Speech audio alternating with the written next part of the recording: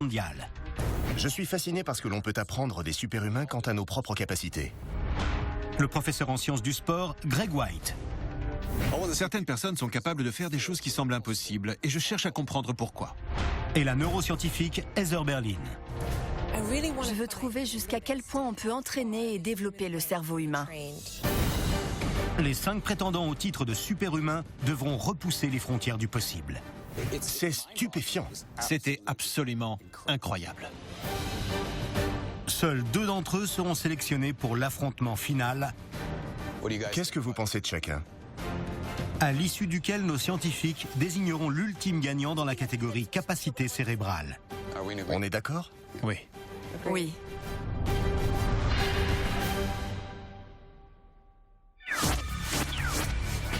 Le cerveau n'est pas simplement la structure la plus complexe du corps humain, mais également la plus complexe sur Terre.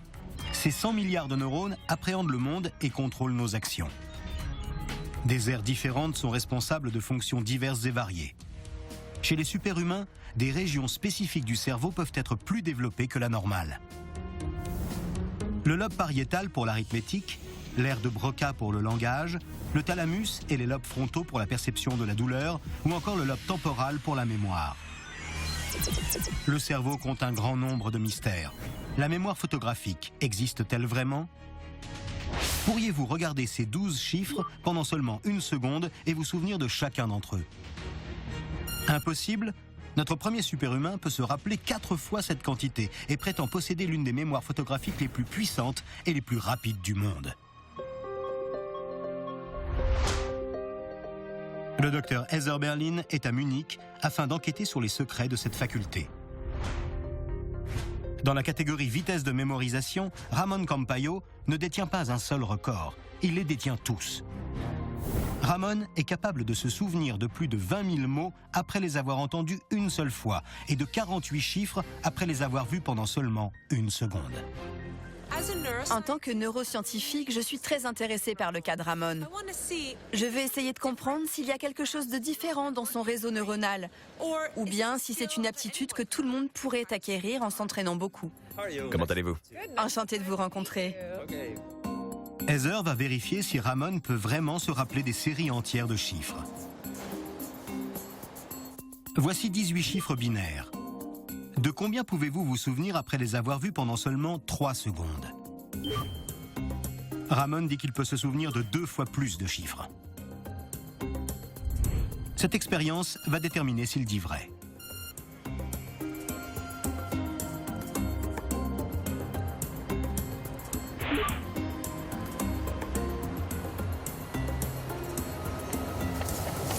C'est bon?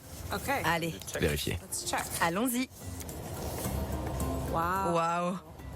Parfait. Ramon s'est souvenu des 45 chiffres sans faire une seule erreur. Je visualise tous les chiffres dans ma tête. Vous prenez une photographie mentale? Oui. D'habitude, lorsque quelque chose est imprimé mentalement au niveau du cortex visuel, l'image disparaît très rapidement. Dans votre cas, on a ce qu'on appelle la mémoire photographique, c'est-à-dire que le cerveau conserve cette image bien plus longtemps que chez la plupart des gens. Je peux mémoriser ça en à peine une demi-seconde. Heather a engagé des collègues neuroscientifiques, Rudiger Jors et Dennis Jordan, afin de lever le voile sur l'aspect scientifique du talent de Ramon. Lors de cette expérience, ils lui montreront une série de chiffres plus complexes pendant exactement 1 seconde. Personne ne serait capable de tous les lire en si peu de temps.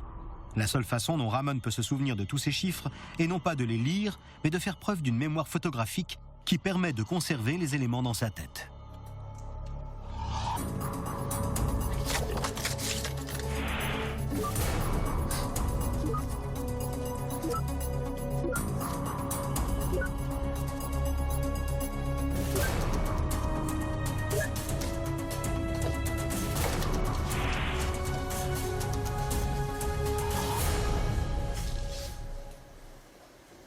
C'est correct. Waouh.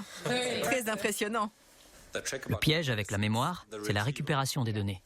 Si on regarde à nouveau les chiffres, on peut les reconnaître et dire que c'est bien ceux qu'on a vus. Mais notre mémoire serait incapable d'aller les récupérer d'elle-même. Ramon possède clairement des capacités mentales exceptionnelles. Afin de mieux les explorer, Heather veut maintenant étudier les différentes zones de son cerveau. En obtenant un électroencéphalogramme, on va pouvoir se faire une idée de ces connexions neuronales. Et comprendre la communication entre les différentes aires du cerveau. On pourra voir également comment tout cela diffère de chez une personne lambda. Oui. L'électroencéphalographie enregistre les ondes cérébrales qui sont une indication de l'activité mentale.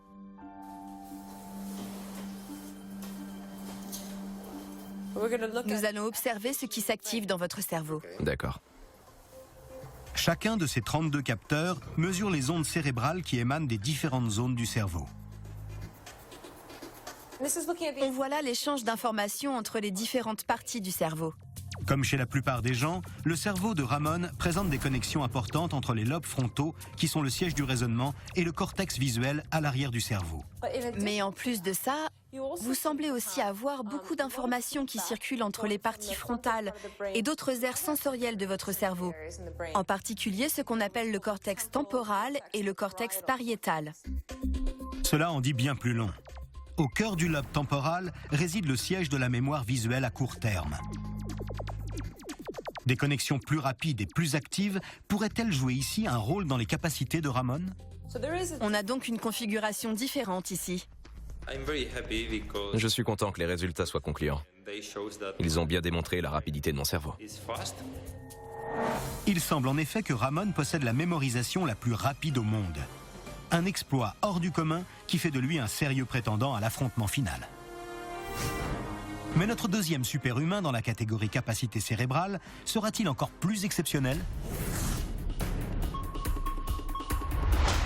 Le professeur en sciences du sport Greg White est à Rio de Janeiro afin d'enquêter sur un homme dont l'époustouflante mémoire spatiale et le talent stratégique ont fait de lui un champion à 18 ans à peine.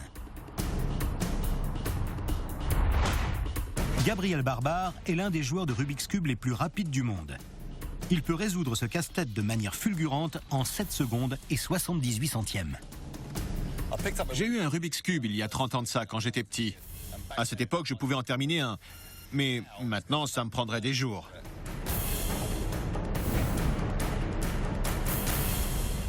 Enchanté. Enchanté. Je me suis penché sur celui-ci dans la voiture et ça ne marche pas. Vous pourriez faire quelque chose? Pendant ce temps, faites-moi participer un peu. Vous l'avez regardé et vous avez élaboré tout un plan dans votre tête. Oui, au moins les premiers coups. D'accord, je vous laisse continuer. Rien que la vitesse à laquelle vont vos mains, c'est impressionnant. Vous traitez les informations au fur et à mesure? Oui, bien sûr. Mais rien que la vitesse physique est incroyable. Et puis... C'est inouï. J'ai l'impression que vous analysez visuellement le cube avant de vous lancer. Il faut de l'entraînement pour acquérir la vitesse des mains. Mais il y a également toute une part de stratégie. Il faut en fait réfléchir à l'avance aux éléments qu'on va déplacer afin de réaliser le moins de mouvements possible. Afin d'aller le plus vite possible, Gabriel étudie d'abord le cube et met au point un enchaînement avant même de commencer. Il est capable de calculer intérieurement avant d'entamer le processus physique. C'est absolument incroyable. La personne lambda, face à un Rubik's Cube, essaiera de le résoudre en procédant un coup à la fois. Ce que je cherche, c'est quelqu'un qui puisse rivaliser avec ce garçon très rapide. Ça vous dit? Afin de mesurer l'efficacité de cette stratégie et de voir à quel point Gabriel est plus rapide qu'une personne normale, Greg va mener une expérience sur la plage de Copacabana. Vous avez envie de vous mesurer à ce garçon? Ouais? Super. Pour cette expérience, il faut un groupe de témoins de 10 adultes sélectionnés au hasard et disposant chacun de leur cube, et 10 cubes de plus uniquement pour Gabriel. Ce dernier devra tenter de résoudre les 10 casse-têtes avant que n'importe lequel des participants ne résolve le sien. 3, 2, 1, c'est parti. C'est bien, dépêchez-vous. Premier cube terminé en 12 secondes.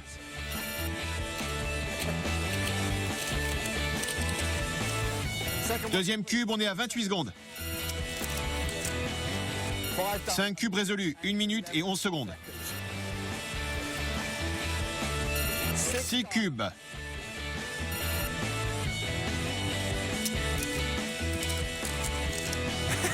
8.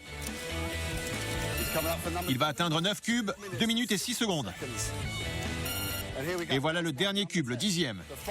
Et d'après ce qu'on voit, personne ne s'était même approché du but. C'est fini. 2 minutes et 24 secondes. Gabriel a surmonté le défi. Aucun individu du groupe témoin n'a trouvé une stratégie qui lui ait permis d'approcher du but. Ce qui est incroyable, c'est que Gabriel a une formule avec laquelle il travaille. Et il doit recalculer une nouvelle formule pour chaque Rubik's Cube. À chaque fois qu'il en prend un. Greg pense que le secret de Gabriel implique des mouvements de mémorisation. Il l'emmène donc au centre de recherche où les autres scientifiques l'aideront à enquêter sur ses aptitudes au cours d'un test de mémoire très particulier.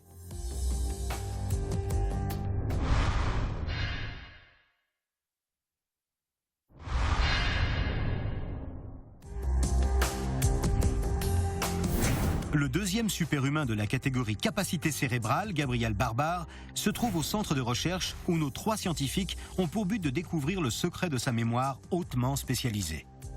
L'une des choses qui m'intéresse, c'est la capacité à mémoriser des configurations. Et si oui ou non, c'est l'une des aptitudes auxquelles vous avez recours.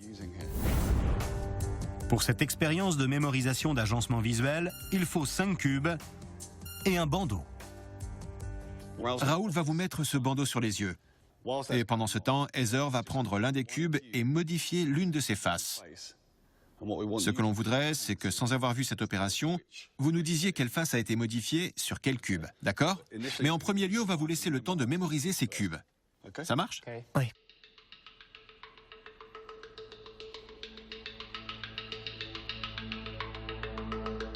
Chaque cube possède 6 faces. Il y a donc devant Gabriel un total de 30 faces qui possèdent chacune leur propre agencement de couleurs.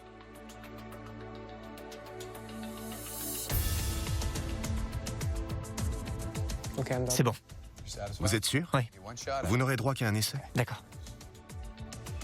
Tournez-vous de manière à ne rien voir. Je vais prendre l'un de ces cubes et le modifier en effectuant une seule rotation.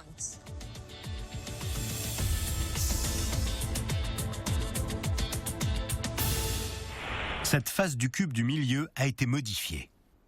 Ok. Si Gabriel peut repérer cette modification, cela révélera une capacité extraordinaire à se souvenir de configurations très complexes. C'est un exercice extrêmement difficile. Le nombre de combinaisons possibles pour un seul cube s'élève à plus de 43 millions de millions de millions. Gabriel a examiné tous les cubes. Va-t-il choisir celui que Heather a modifié ?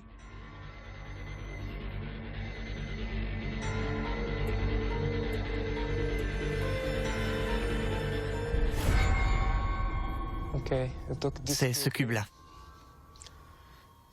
Et cette face-là. C'est formidable. Oui. Bien sûr, il utilise sa vision et ses capacités motrices, mais c'est sa mémoire à court terme qui est hors du commun.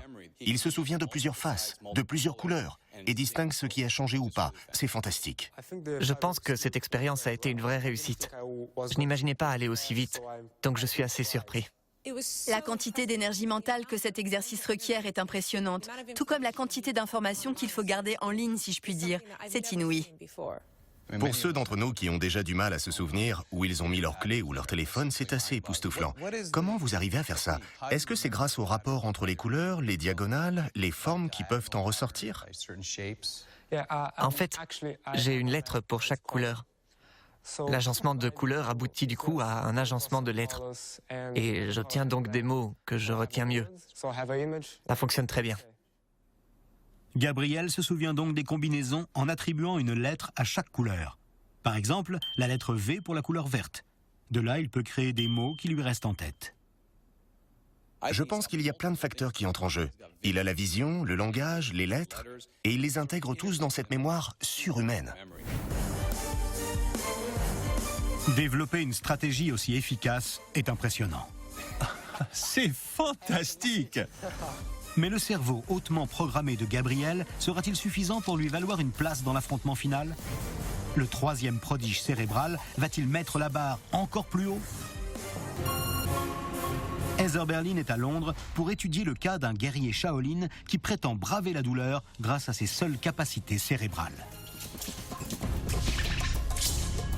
C'est quelque chose qu'il faut que je voie.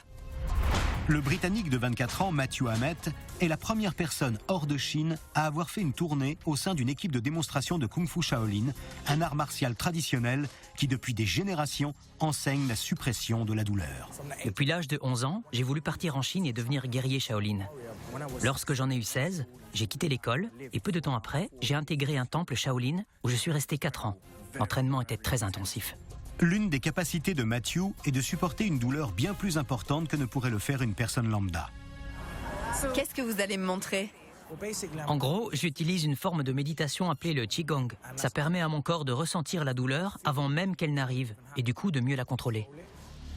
Matthew est sur le point de démontrer qu'avec la bonne préparation, il peut réaliser un exploit qui infligerait à toute personne normale de graves blessures au cou et à la gorge et une douleur très aiguë. C'est une expérience étroitement surveillée et extrêmement dangereuse. N'essayez en aucun cas de la reproduire. Avec tout le poids de son corps reposant sur l'extrémité d'une lance, Matthew va maintenant résister à un coup d'une grande violence, sans même tressaillir.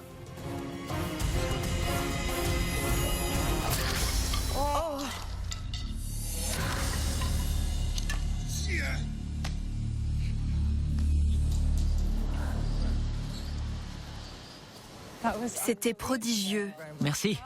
Vous êtes blessé? Non, je vais bien. Oh bon sang! Regardez-moi cette zébrure, ça ne fait pas mal? Non. Ça montre la force de l'impact. Oui, on voit comme le coup était fort. C'est pas vrai.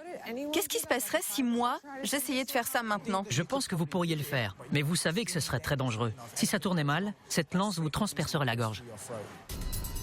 Il existe normalement 2 étapes dans le ressenti de la douleur. Tout d'abord, les récepteurs détectent que quelque chose ne va pas. Mais ce n'est qu'une fois que les signaux sont arrivés au cerveau et que ce dernier les interprète que l'on ressent réellement la douleur. Il y a un système dans le cerveau qui s'active lorsque l'on ressent la douleur. Je pense que vous apprenez à réguler ce système, à le calmer, en activant une autre partie du cerveau. Matthew semble utiliser la méditation Qigong pour taire sa douleur. Cela altère temporairement les fonctions de son cerveau. Heather va maintenant chercher des preuves suggérant qu'il se sert de son esprit pour contrôler son corps. J'aimerais prendre des mesures quantitatives. Je veux voir l'évolution de votre rythme cardiaque. Heather équipe Matthew d'un moniteur électrique afin de mesurer son pouls avant et après la méditation. D'accord. Au repos, on est autour de 90 battements par minute. Habituellement, la méditation suppose de se détendre jusqu'à atteindre une certaine sérénité. Mais chose rare, Matthew semble se mettre dans un état de grande agitation. Maintenant, le pouls est à 100, 102, 104, 110 battements par minute. Donc il est monté de manière significative en très peu de temps. C'était une démonstration très théâtrale. Qu'est-ce que vous faisiez? J'essaie de créer une émotion qui me mette dans un état où je peux en réalité surmonter la douleur. La plupart du temps, cet état, c'est la colère. Mon rythme cardiaque augmente et je vois rouge, si on peut dire. C'est presque comme ce à quoi les acteurs ont recours dans leur méthode de comédie. Ils se réfèrent à une expérience qu'ils ont vécue pour atteindre cette émotion-là. Oui, c'est ça. Trouver cette douleur interne de manière à surmonter la souffrance physique.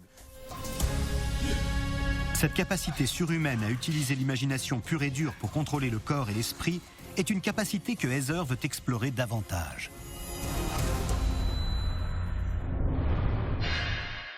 Mondial. Je suis fasciné par ce que l'on peut apprendre des superhumains quant à nos propres capacités. Le professeur en sciences du sport, Greg White. Certaines personnes sont capables de faire des choses qui semblent impossibles et je cherche à comprendre pourquoi. Et la neuroscientifique Heather Berlin. Je veux trouver jusqu'à quel point on peut entraîner et développer le cerveau humain. Les 5 prétendants au titre de super-humains devront repousser les frontières du possible. C'est stupéfiant. C'était absolument incroyable. Seuls 2 d'entre eux seront sélectionnés pour l'affrontement final. Qu'est-ce que vous pensez de chacun? À l'issue duquel nos scientifiques désigneront l'ultime gagnant dans la catégorie capacité cérébrale. On est d'accord? Oui. Oui.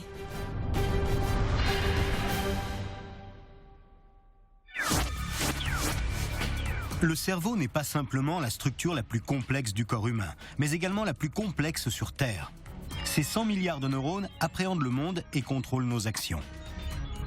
Des aires différentes sont responsables de fonctions diverses et variées. Chez les superhumains, des régions spécifiques du cerveau peuvent être plus développées que la normale. Le lobe pariétal pour l'arithmétique, l'aire de Broca pour le langage, le thalamus et les lobes frontaux pour la perception de la douleur, ou encore le lobe temporal pour la mémoire. Le cerveau compte un grand nombre de mystères. La mémoire photographique existe-t-elle vraiment ?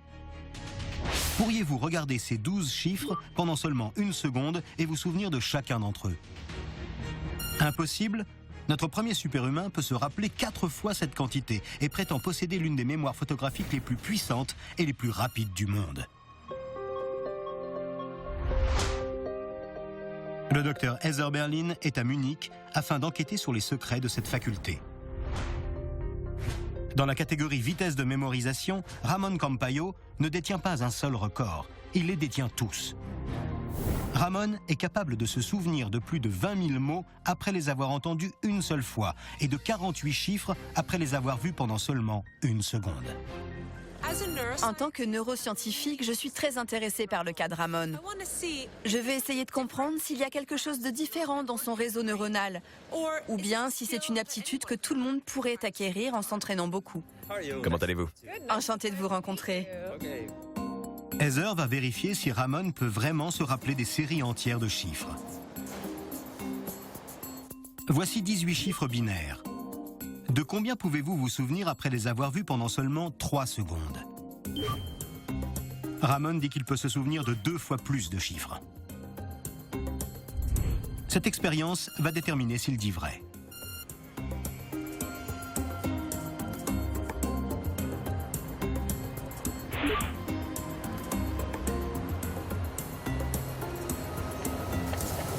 C'est bon? Allez, Vérifiez. allons-y. Waouh. Parfait. Ramon s'est souvenu des 45 chiffres sans faire une seule erreur. Je visualise tous les chiffres dans ma tête. Vous prenez une photographie mentale? Oui. D'habitude, lorsque quelque chose est imprimé mentalement au niveau du cortex visuel, l'image disparaît très rapidement. Dans votre cas, on a ce qu'on appelle la mémoire photographique, c'est-à-dire que le cerveau conserve cette image bien plus longtemps que chez la plupart des gens. Je peux mémoriser ça en à peine une demi-seconde. Heather a engagé des collègues neuroscientifiques, Rudiger Jors et Dennis Jordan, afin de lever le voile sur l'aspect scientifique du talent de Ramon. Lors de cette expérience, ils lui montreront une série de chiffres plus complexes pendant exactement une seconde. Personne ne serait capable de tous les lire en si peu de temps. La seule façon dont Ramon peut se souvenir de tous ces chiffres est non pas de les lire, mais de faire preuve d'une mémoire photographique qui permet de conserver les éléments dans sa tête.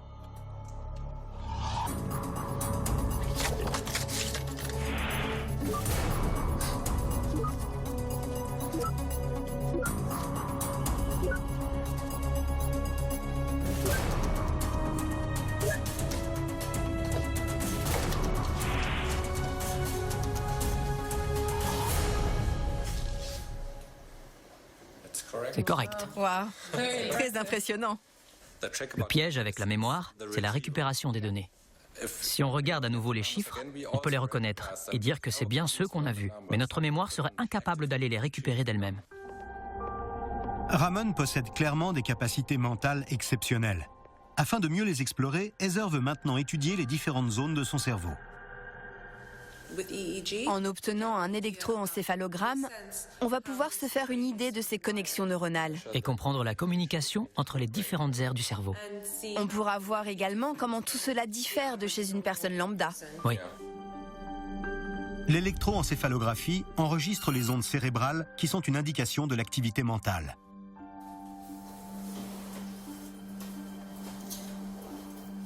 Nous allons observer ce qui s'active dans votre cerveau. D'accord. Chacun de ces 32 capteurs mesure les ondes cérébrales qui émanent des différentes zones du cerveau. On voit là l'échange d'informations entre les différentes parties du cerveau. Comme chez la plupart des gens, le cerveau de Ramon présente des connexions importantes entre les lobes frontaux, qui sont le siège du raisonnement, et le cortex visuel à l'arrière du cerveau. Mais en plus de ça, vous semblez aussi avoir beaucoup d'informations qui circulent entre les parties frontales et d'autres aires sensorielles de votre cerveau, en particulier ce qu'on appelle le cortex temporal et le cortex pariétal. Cela en dit bien plus long. Au cœur du lobe temporal réside le siège de la mémoire visuelle à court terme. Des connexions plus rapides et plus actives pourraient-elles jouer ici un rôle dans les capacités de Ramon? On a donc une configuration différente ici. Je suis content que les résultats soient concluants. Ils ont bien démontré la rapidité de mon cerveau. Il semble en effet que Ramon possède la mémorisation la plus rapide au monde. Un exploit hors du commun qui fait de lui un sérieux prétendant à l'affrontement final. Mais notre deuxième super-humain dans la catégorie capacité cérébrale sera-t-il encore plus exceptionnel?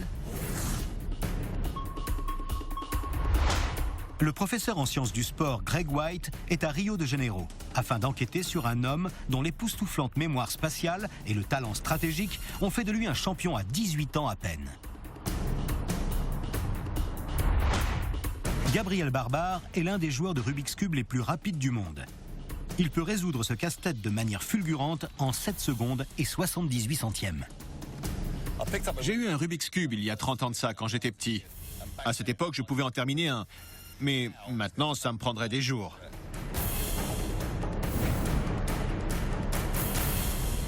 Enchanté. Enchanté. Je me suis penché sur celui-ci dans la voiture et ça ne marche pas. Vous pourriez faire quelque chose? Pendant ce temps, faites-moi participer un peu. Vous l'avez regardé et vous avez élaboré tout un plan dans votre tête. Oui, au moins les premiers coups. D'accord, je vous laisse continuer. Rien que la vitesse à laquelle vont vos mains, c'est impressionnant. Vous traitez les informations au fur et à mesure? Oui, bien sûr. Mais rien que la vitesse physique est incroyable. Et puis... c'est inouï. J'ai l'impression que vous analysez visuellement le cube avant de vous lancer. Il faut de l'entraînement pour acquérir la vitesse des mains. Mais il y a également toute une part de stratégie. Il faut en fait réfléchir à l'avance aux éléments qu'on va déplacer afin de réaliser le moins de mouvements possible. Afin d'aller le plus vite possible, Gabriel étudie d'abord le cube et met au point un enchaînement avant même de commencer. Il est capable de calculer intérieurement avant d'entamer le processus physique. C'est absolument incroyable. La personne lambda, face à un Rubik's Cube, essaiera de le résoudre en procédant un coup à la fois. Ce que je cherche, c'est quelqu'un qui puisse rivaliser avec ce garçon très rapide. Ça vous dit? Afin de mesurer l'efficacité de cette stratégie et de voir à quel point Gabriel est plus rapide qu'une personne normale, Greg va mener une expérience sur la plage de Copacabana. Vous avez envie de vous mesurer à ce garçon? Ouais, super. Pour cette expérience, il faut un groupe de témoins de 10 adultes sélectionnés au hasard et disposant chacun de leur cube, et 10 cubes de plus uniquement pour Gabriel. Ce dernier devra tenter de résoudre les 10 casse-têtes avant que n'importe lequel des participants ne résolve le sien. 3, 2, 1, c'est parti. C'est bien, dépêchez-vous. Premier cube terminé en 12 secondes.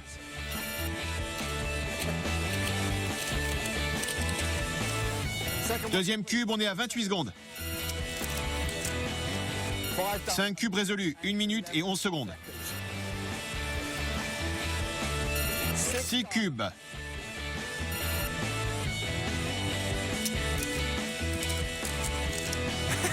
8. Il va atteindre 9 cubes, 2 minutes et 6 secondes. Et voilà le dernier cube, le 10e. Et d'après ce qu'on voit, personne ne s'était même approché du but. C'est fini. 2 minutes et 24 secondes. Gabriel a surmonté le défi. Aucun individu du groupe témoin n'a trouvé une stratégie qui lui ait permis d'approcher du but. Ce qui est incroyable, c'est que Gabriel a une formule avec laquelle il travaille. Et il doit recalculer une nouvelle formule pour chaque Rubik's Cube. À chaque fois qu'il en prend un. Greg pense que le secret de Gabriel implique des mouvements de mémorisation. Il l'emmène donc au centre de recherche où les autres scientifiques l'aideront à enquêter sur ses aptitudes au cours d'un test de mémoire très particulier.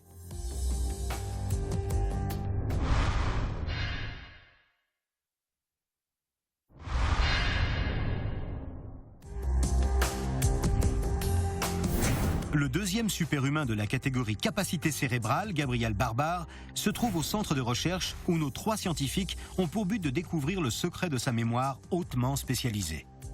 L'une des choses qui m'intéresse, c'est la capacité à mémoriser des configurations. Et si oui ou non, c'est l'une des aptitudes auxquelles vous avez recours.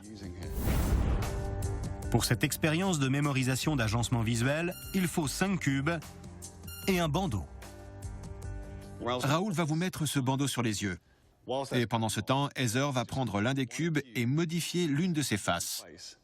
Ce que l'on voudrait, c'est que sans avoir vu cette opération, vous nous disiez quelle face a été modifiée sur quel cube, d'accord? Mais en premier lieu, on va vous laisser le temps de mémoriser ces cubes. Ça marche? Oui.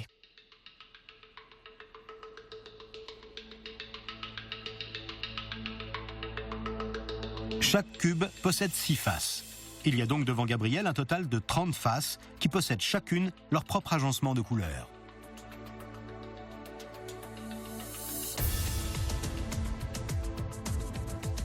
C'est bon. Vous êtes sûr? Oui. Vous n'aurez droit qu'à un essai? D'accord. Tournez-vous de manière à ne rien voir. Je vais prendre l'un de ces cubes et le modifier en effectuant une seule rotation.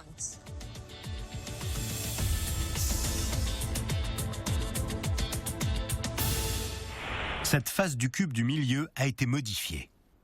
Ok. Si Gabriel peut repérer cette modification, cela révélera une capacité extraordinaire à se souvenir de configurations très complexes.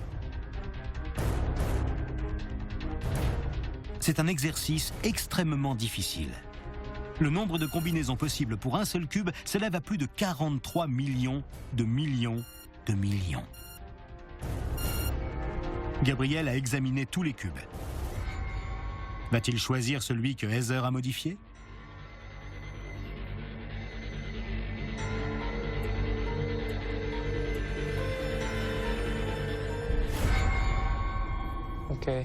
C'est ce cube-là. Et cette face-là. C'est formidable. Oui. Bien sûr, il utilise sa vision et ses capacités motrices, mais c'est sa mémoire à court terme qui est hors du commun.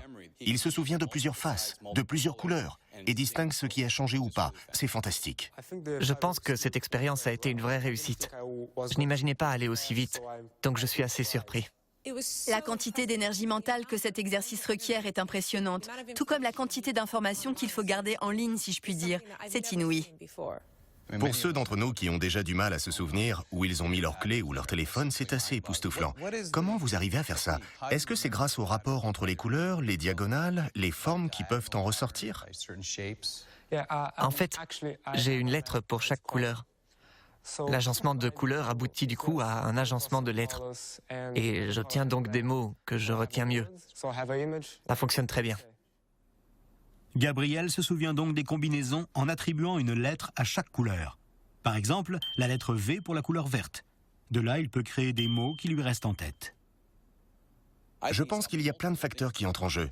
Il a la vision, le langage, les lettres, et il les intègre tous dans cette mémoire surhumaine. Développer une stratégie aussi efficace est impressionnant. C'est fantastique! Mais le cerveau hautement programmé de Gabriel sera-t-il suffisant pour lui valoir une place dans l'affrontement final?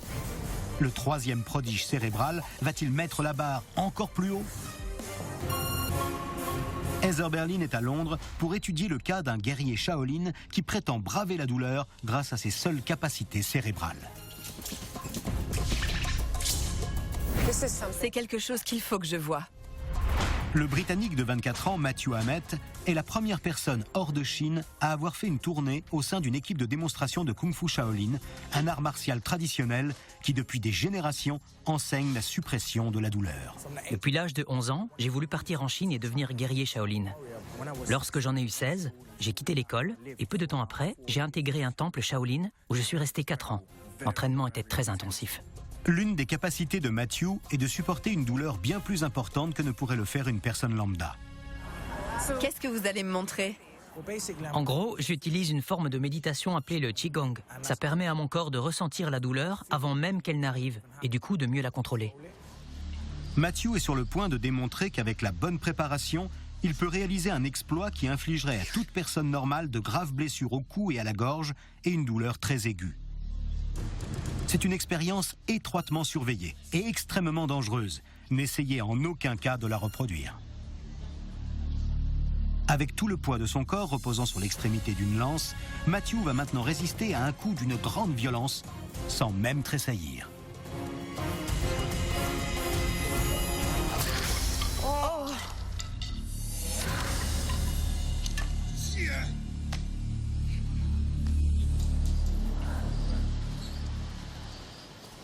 C'était prodigieux. Merci. Vous êtes blessé? Non, je vais bien. Oh bon sang! Regardez-moi cette zébrure, ça ne fait pas mal? Non. Ça montre la force de l'impact. Oui, on voit comme le coup était fort. C'est pas vrai. Qu'est-ce qui se passerait si moi, j'essayais de faire ça maintenant? Je pense que vous pourriez le faire, mais vous savez que ce serait très dangereux. Si ça tournait mal, cette lance vous transpercerait la gorge. Il existe normalement 2 étapes dans le ressenti de la douleur. Tout d'abord, les récepteurs détectent que quelque chose ne va pas. Mais ce n'est qu'une fois que les signaux sont arrivés au cerveau et que ce dernier les interprète que l'on ressent réellement la douleur. Il y a un système dans le cerveau qui s'active lorsque l'on ressent la douleur. Je pense que vous apprenez à réguler ce système, à le calmer, en activant une autre partie du cerveau. Matthew semble utiliser la méditation Qigong pour taire sa douleur. Cela altère temporairement les fonctions de son cerveau. Heather va maintenant chercher des preuves suggérant qu'il se sert de son esprit pour contrôler son corps. J'aimerais prendre des mesures quantitatives. Je veux voir l'évolution de votre rythme cardiaque. Heather équipe Matthew d'un moniteur électrique afin de mesurer son pouls avant et après la méditation. D'accord, au repos, on est autour de 90 battements par minute. Habituellement, la méditation suppose de se détendre jusqu'à atteindre une certaine sérénité. Mais chose rare, Matthew semble se mettre dans un état de grande agitation. Maintenant, le pouls est à 100, 102, 104, 110 battements par minute. Donc il est monté de manière significative en très peu de temps. C'était une démonstration très théâtrale. Qu'est-ce que vous faisiez? J'essaie de créer une émotion qui me mette dans un état où je peux en réalité surmonter la douleur. La plupart du temps, cet état, c'est la colère. Mon rythme cardiaque augmente et je vois rouge, si on peut dire. C'est presque comme ce à quoi les acteurs ont recours dans leur méthode de comédie. Ils se réfèrent à une expérience qu'ils ont vécue pour atteindre cette émotion-là. Oui, c'est ça. Trouver cette douleur interne de manière à surmonter la souffrance physique. Cette capacité surhumaine à utiliser l'imagination pure et dure pour contrôler le corps et l'esprit est une capacité que Heather veut explorer davantage.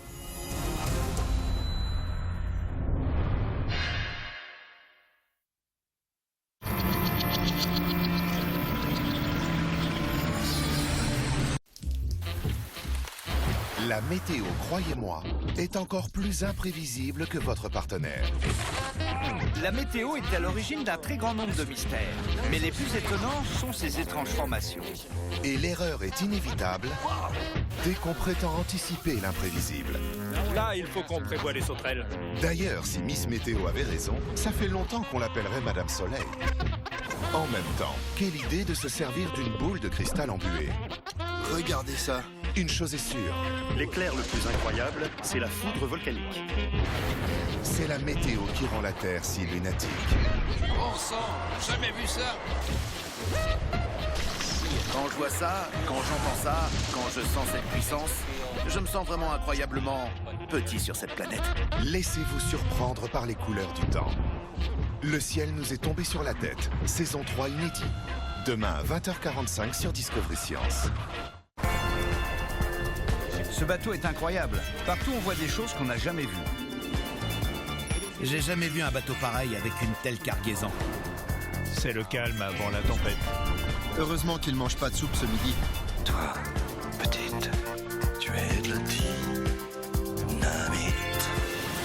Ouais! Là, on l'a vraiment poussé à fond. C'est un bateau vraiment hors norme. Titan des mers, saison 8 inédit, tous les mardis à 20h45 sur Discovery Science. Cet homme pourra-t-il berner l'expert? Cet homme pourra-t-il le dominer sur le terrain, le surclasser au tir, le soumettre par la force? Il fera l'impossible pour gagner. Mais pourra-t-il battre les experts, chacun dans leur domaine? Lui qui n'a aucune expérience. Ça va se jouer très serré. Man versus Expert, inédit, tous les mercredis à 20h45 sur Discovery Science. Voici sûrement ce à quoi vous pensez quand vous entendez le mot science. Mais on va changer tout ça. Là, tout de suite.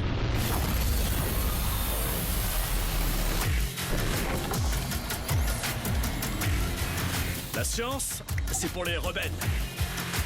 C'est votre esprit qui balaie d'un revers de main tout ce qui est connu. Et c'est votre imagination qui fait un check avec l'impossible. Nous, on aime les perturbateurs. On applaudit les innovateurs. Et on acclame les inventeurs du dimanche. Même si parfois ils travaillent en caleçon. La science, c'est nous. Et voilà ce qui se passe quand on remet tout en question.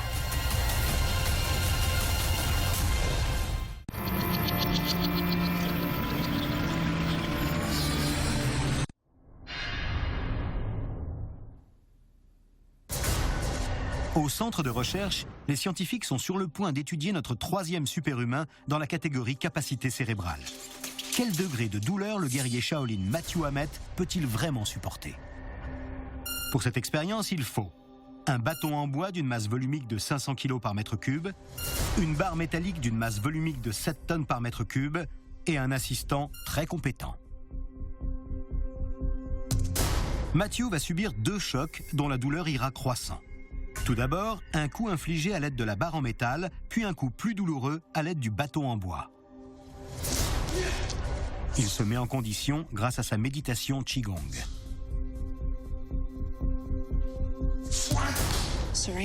En ce moment même, il prépare son corps à endurer le coup. Il augmente sa pression artérielle. C'est une expérience dangereuse et hautement surveillée. N'essayez en aucun cas de la reproduire. Laissera-t-il voir un quelconque signe de douleur?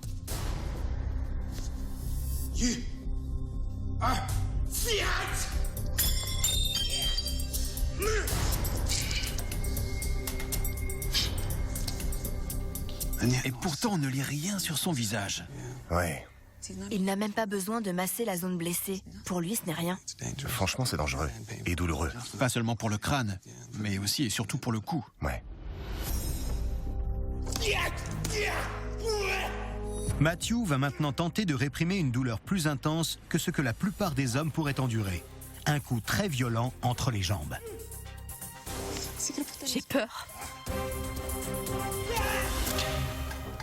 Oh, c'est pas vrai. Je suis intrigué par ce qui vient de se passer. Vous maîtrisez la douleur ou vous ne la ressentez pas du tout? Quand je suis dans cette attitude-là, je ne ressens absolument rien, parce que je suis très concentré, et que mon taux d'adrénaline est au plus haut. C'est indolore. C'est un mécanisme de survie, une sorte de mode de combat ou de mode de fuite, dans lequel vous ne pouvez pas vous permettre d'être dérangé par la douleur. C'est comme les athlètes qui parfois ne se rendent pas compte qu'ils sont blessés jusqu'à ce qu'ils quittent le terrain. Et vous, c'est consciemment que vous arrivez à reproduire ces phénomènes-là. Et ça, c'est incroyable. Je suis curieuse de savoir à quel point votre seuil de tolérance à la douleur est supérieur à celui d'une personne lambda. Peut-être qu'on pourrait quantifier ça? Pour cette expérience sur le seuil de tolérance à la douleur, il faut un témoin, qui servira de point de comparaison, et un appareil de TENS. Cet appareil stimule électriquement les nerfs par la peau. Le test commence avec une petite impulsion, dont l'intensité augmente ensuite progressivement jusqu'à ce qu'elle devienne trop douloureuse. À un moment donné, ça va devenir désagréable, donc dites-le nous. Bruce, le sujet témoin, passe en premier. 350. Ça va? Vous avez mal? Ça commence à être un peu déplaisant. D'accord. On va monter à 400 millivolts pendant 500 microsecondes. C'est une bonne dose. Eh oui, ça fait mal, hein? Vous en voulez un peu plus? Allez. Ça marche. C'est comme si quelqu'un prenait une aiguille et... Oui, ça devient plus difficile. On est à combien? Toujours à 400 millivolts. Mais on monte à 1000 microsecondes. Ouais, je pense qu'on peut s'arrêter. C'est votre limite? Vous avez été bon joueur. C'est vrai, ça n'a pas dû être une partie de plaisir. Le témoin, Bruce, a dû s'arrêter à 400 millivolts pendant 1000 microsecondes. Quelle douleur peut supporter Matthew? On va régler l'appareil là où Bruce s'est arrêté. On est donc à 400. Pendant 1000 microsecondes. Allez, c'est parti. Faites-nous voir. Ça va. D'accord. Matthew peut facilement supporter la douleur sur laquelle Bruce s'est arrêté. Mais peut-il encaisser une décharge 2 fois plus forte? On va monter au max. Toujours 400, Pas de souci. mais 2000 microsecondes.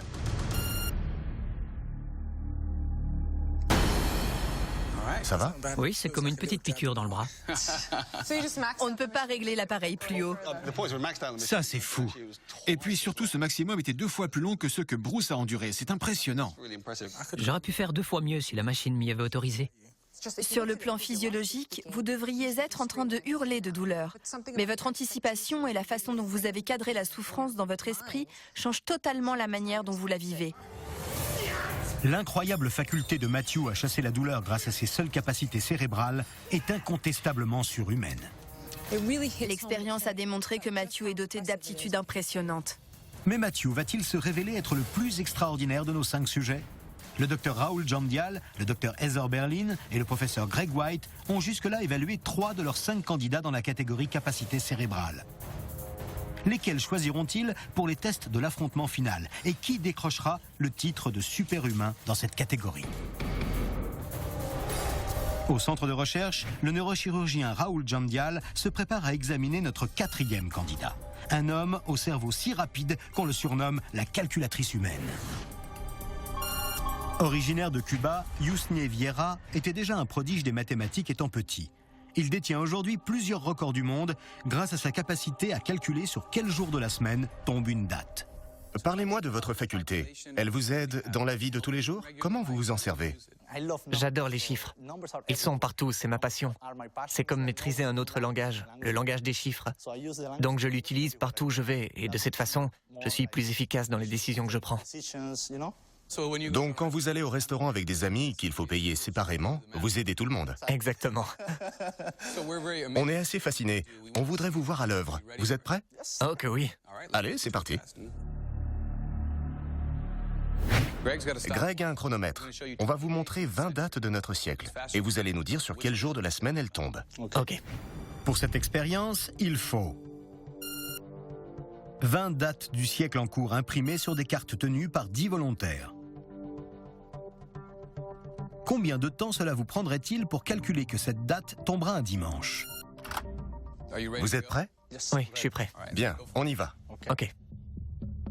Combien de temps faudra-t-il à Yusnie pour calculer les 20 dates en question? Vendredi, mercredi, dimanche, vendredi, jeudi, mercredi, mardi, vendredi. Une erreur. Va-t-il en faire d'autres? Mardi, vendredi, mardi, samedi, jeudi, lundi, vendredi. Terminé.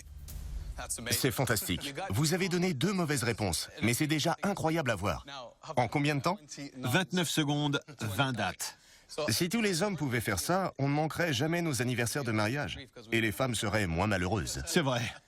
Ma première réaction, ça a été d'être complètement déconcerté. C'est un exercice très compliqué et le voir le réaliser si vite était très impressionnant. Puisque ces dates ont été générées au hasard, Yusnie n'a pas pu apprendre les réponses à l'avance. Il a dû les calculer une par une. Quelle est la complexité de cet exercice? On vient d'assister à quelque chose de stupéfiant. Il y a beaucoup trop de chiffres à mémoriser. Dites-nous comment vous procédez. Laissez-moi vous montrer la formule. Il faut mettre l'année. Yusnie assigne des numéros de code à l'année et au mois, puis applique une formule en plusieurs étapes appelée un algorithme.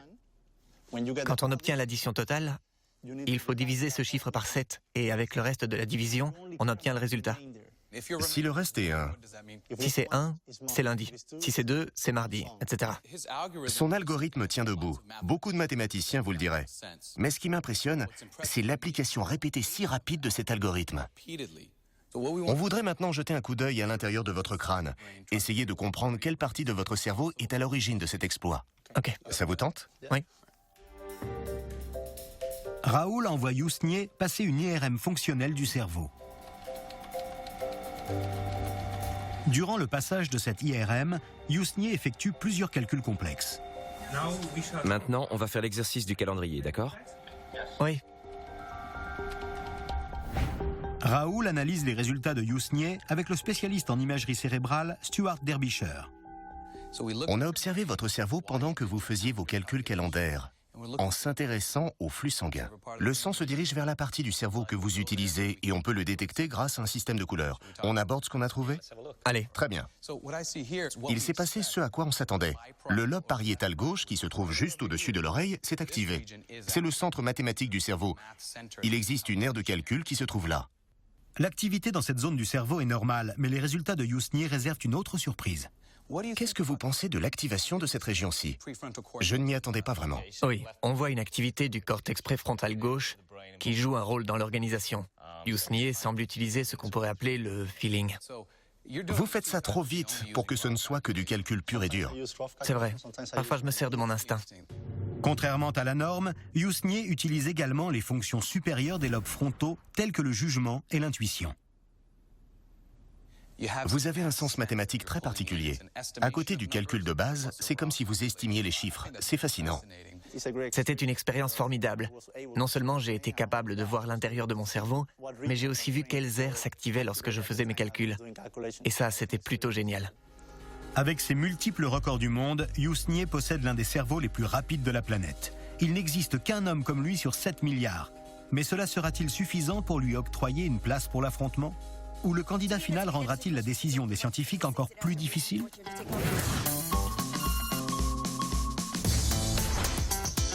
Le professeur Greg White est à Londres pour rencontrer la femme qui parle le plus vite au monde, Fran Cappo.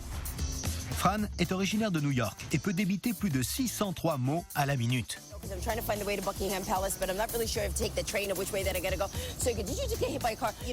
Greg l'a invité à le suivre afin d'analyser ses capacités cérébrales.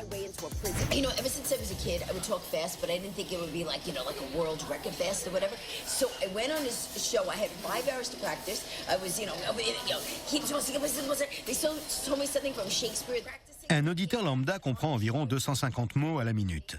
Fran peut en prononcer le double. Greg veut savoir comment elle peut articuler aussi rapidement.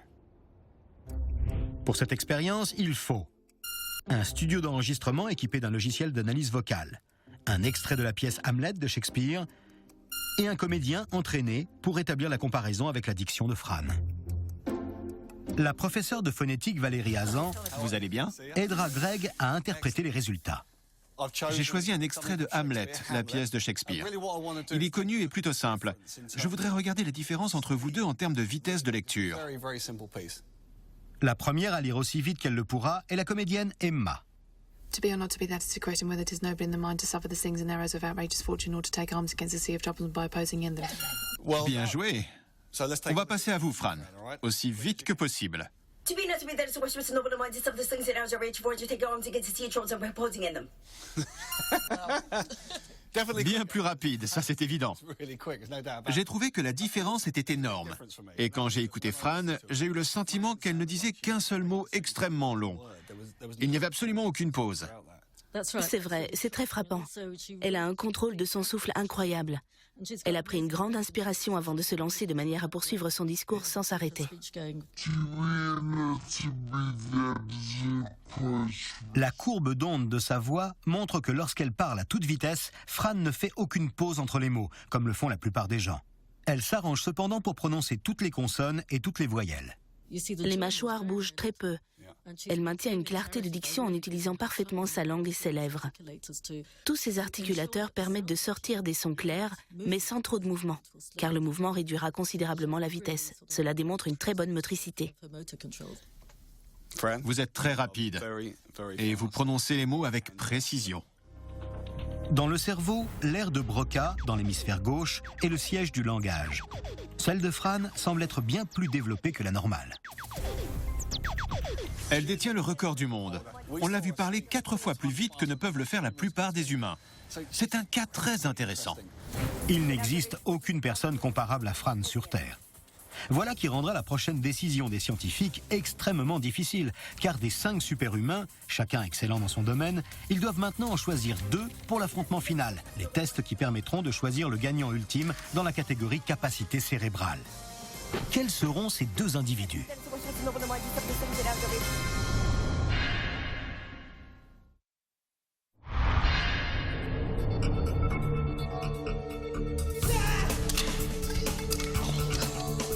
Cinq super-humains parmi les meilleurs du monde ont étonné nos scientifiques grâce à leur talent incroyable dans différents types de capacités cérébrales. Notre jury doit maintenant en choisir 2 pour le face-à-face final qui permettra de déterminer qui sera l'ultime vainqueur. On a eu l'opportunité de voir de superbes démonstrations en matière de capacité cérébrale. Quel est votre avis sur chacun ? Les scientifiques passent en revue les 5 cas. Originaire d'Espagne, le champion de la mémoire, Ramón Campayo. Je pense que c'est un bel exemple de la puissance, de la force dont peut faire preuve le cerveau humain. Venu du Brésil, le champion de vitesse en Rubik's Cube, Gabriel Barbare.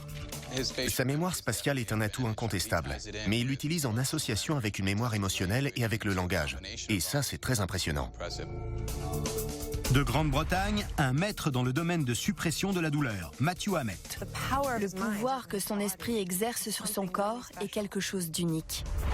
De Cuba, la calculatrice humaine Yusnie Vieira. Il utilise les mathématiques comme une technique de méditation. Même lorsque le calcul est très complexe, il est imperturbable. Et originaire des États-Unis, la locutrice la plus rapide du monde, Fran Capo. Il n'y a aucun doute, Fran est fulgurante. Presque 11 mots à la seconde, et ça, c'est surhumain. Chacun de ces super-humains est un cas exceptionnel. Mais les scientifiques ont maintenant déterminé lesquels ont le potentiel pour aller encore plus loin. Je pense surtout à Gabriel et à Yusnie. Je pense qu'il y a quelque chose de très spécial chez eux. Leurs capacités sont hors du commun et contraires à la norme. On est donc d'accord. Tout à fait. Il est temps pour nos scientifiques de donner à ces 2 surhommes une dernière chance de montrer jusqu'où ils peuvent aller. En premier, Gabriel Barbare. Gabriel, on va vous faire aller plus loin que vous n'êtes jamais allé auparavant. Notre challenge pour vous sera de résoudre 3 Rubik's Cube, les yeux bandés. Vous relevez le défi ? Bien sûr, j'ai même hâte. C'est la première fois que Gabriel tente de résoudre 3 cubes les yeux bandés. C'est un défi qui peut s'avérer impossible puisqu'il lui faudra se souvenir au fur et à mesure de chacune des faces des 3 cubes. J'essaie de me concentrer comme je peux, mais je suis sur le point d'exploser. Chaque cube possède 6 faces et chaque face possède 9 petits carrés. Résoudre un cube grâce au hasard relève d'une chance sur 43 millions de millions de millions. Gabriel prend quelques minutes pour mémoriser les cubes et élaborer sa stratégie. On lui met le bandeau sur les yeux. Bonne chance. Merci.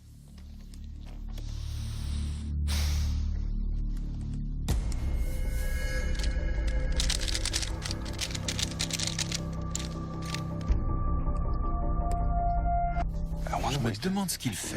Il a l'air de s'être trompé. Oui, il a manqué quelque chose. Il a pris un cube, a réalisé quelques coups, puis l'a reposé. Et immédiatement, j'ai pensé, il vient de rater l'épreuve. C'est tout, ça va s'arrêter là. C'est tout ce qu'il peut faire.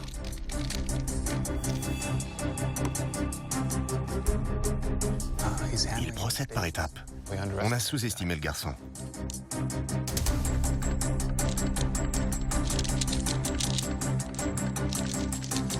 Extraordinaire. Gabriel vient de réussir le premier cube. Il a dû utiliser une stratégie pour arriver jusqu'à un certain point. Et maintenant, il fait appel à une autre stratégie pour terminer sa tâche.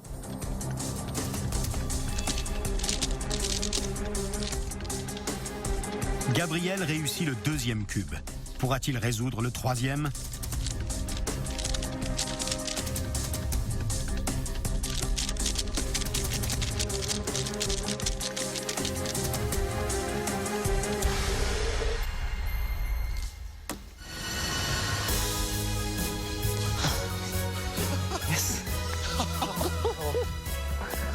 C'est époustouflant. Je n'ai jamais rien vu de tel. L'épreuve finale de Gabriel était phénoménale. Il a fini un cube, puis le deuxième, et quand il a terminé le troisième, l'atmosphère était électrique. C'était incroyable. Même vous, vous êtes étonné. Oui, je n'avais jamais rien fait de tel. C'est une vraie tâche de ce qu'on appelle la mémoire de travail. Et il a brillamment réussi. Cette capacité à regarder le cube, à imprimer cette image dans sa tête et à la résoudre virtuellement sans rien voir, c'est absolument invraisemblable. Merci beaucoup. C'était génial de réussir les 3 cubes. C'était une expérience formidable pour moi parce que je n'avais jamais tenté quelque chose d'aussi fou. Oui, incroyable. L'exploit de Gabriel sera-t-il suffisant ou Yousnier va-t-il accomplir quelque chose d'encore plus époustouflant? Son défi sera le suivant, battre l'un de ses propres records. Yousnier, vos prouesses mathématiques vous ont amené jusqu'à cet affrontement de super-humains. Nous voulons voir si vous pouvez aller encore plus loin. Vous êtes prêts? Tout à fait. À partir de dates générées au hasard, Yousnier tentera de calculer sur quel jour de la semaine tombent les dates en question. Combien pourra-t-il en calculer en 1 minute? Ça va être un combat entre moi et moi-même. Je vous laisse vous mettre en condition? Oui, je veux bien. Il va falloir mettre les bouchées doubles. Son record du monde est de 93 bonnes réponses. Pour le battre, il lui faudra faire preuve d'une agilité mentale extrême. Il me faut 2 minutes de plus.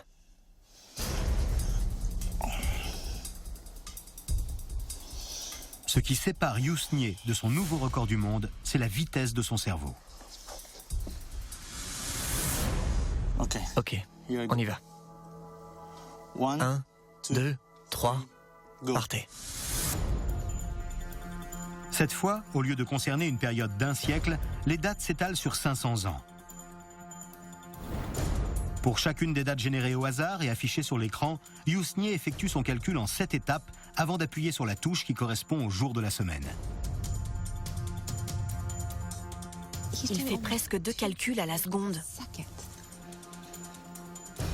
Quand on observe l'écran et que l'on voit la vitesse à laquelle Yousnier entre ses réponses, on se rend compte qu'il est déjà en train de faire le calcul suivant au moment où il appuie sur la touche, alors que c'est un calcul mathématique extrêmement compliqué.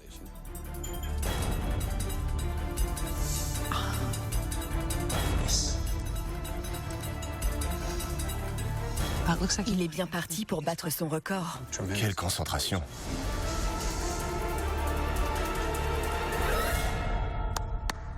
C'était phénoménal. 2 mauvaises réponses, mais 90 bonnes réponses en 60 secondes. Vous étiez à un cheveu de votre record. Et rien que ça, c'était déjà un exploit prodigieux.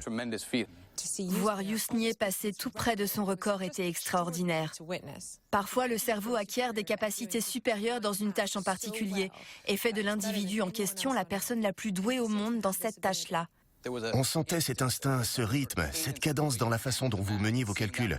Vous êtes un véritable super-humain. Merci beaucoup. Bravo. Merci. Mais cela sera-t-il suffisant? Ou la réussite de Gabriel était-elle plus impressionnante encore? Les scientifiques doivent maintenant désigner l'ultime super-humain dans la catégorie capacité cérébrale. Être les témoins des exploits de Yousnier et Gabriel était exaltant. Comment choisir entre ces 2 hommes pour désigner un super-humain? Avec Yousnier, on parle de record du monde, alors qu'en réalité, c'est quelque chose de complètement naturel pour lui.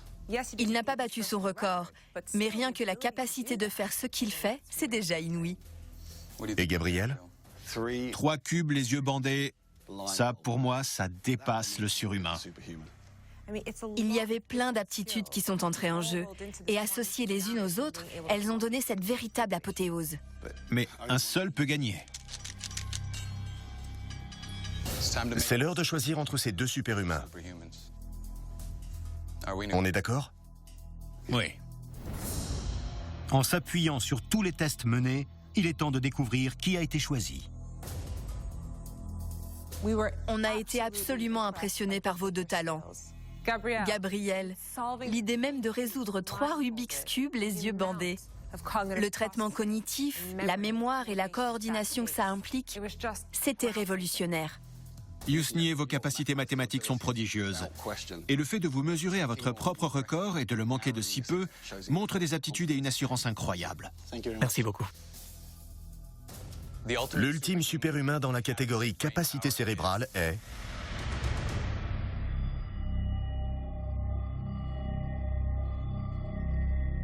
Gabriel. Quand on voit ce que Gabriel est capable d'accomplir à un si jeune âge, on peut se dire qu'on n'a encore rien vu du tout. Je ne pensais pas pouvoir y arriver. J'étais tellement stressé, mais oui, je l'ai fait.